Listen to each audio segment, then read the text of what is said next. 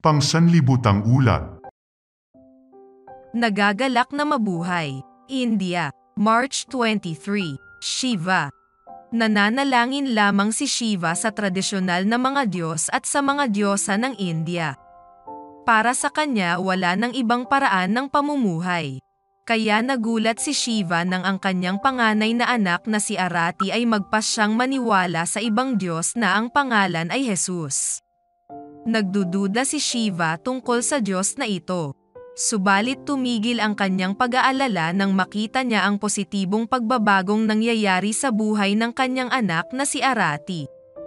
Gayunpaman, nagpatuloy lamang si Shiva sa pananalangin sa kanyang mga Diyos at mga diyosa. Matanda na kasi siya at sa kanyang paniniwala ay hindi na niya kailangan pa ng bagong Diyos sa kanyang buhay. At dumating ang masamang pangyayari sa kanilang tahanan.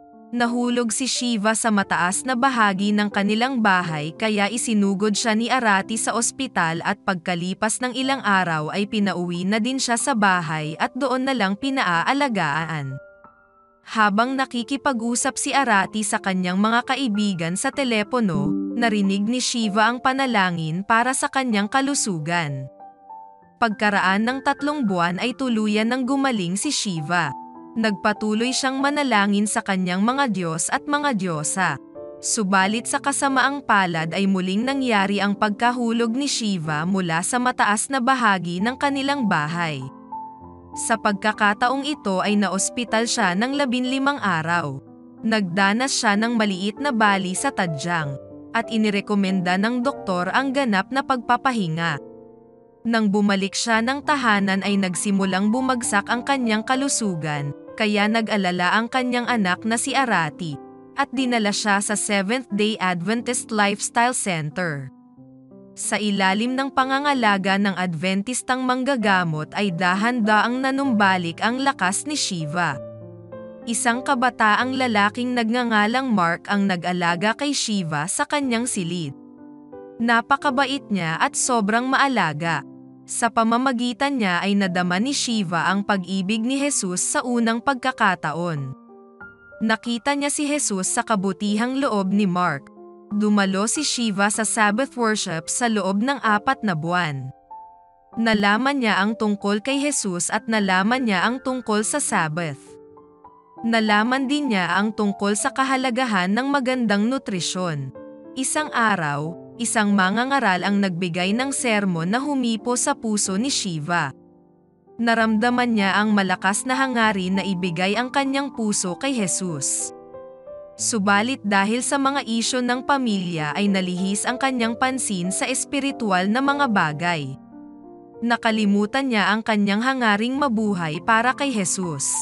Muling nanghina ang kanyang kalusugan. Sa tulong ng Adventistang manggagamot at ni Mark ay muling nanumbalik ang kalakasan ni Shiva. At doon napansin ni Shiva ang pattern sa mga pangyayari. Tuwing lalayo siya kay Jesus ay nagaganap ang hamon sa kanyang kalusugan. Tuwing gagawa siya sa kanyang sariling paraan ay nahaharap siya sa mga paghihirap.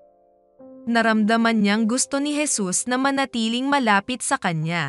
Kaya nagpa siya si Shiva sa sandaling iyon na ibigay ang kanyang puso kay Jesus.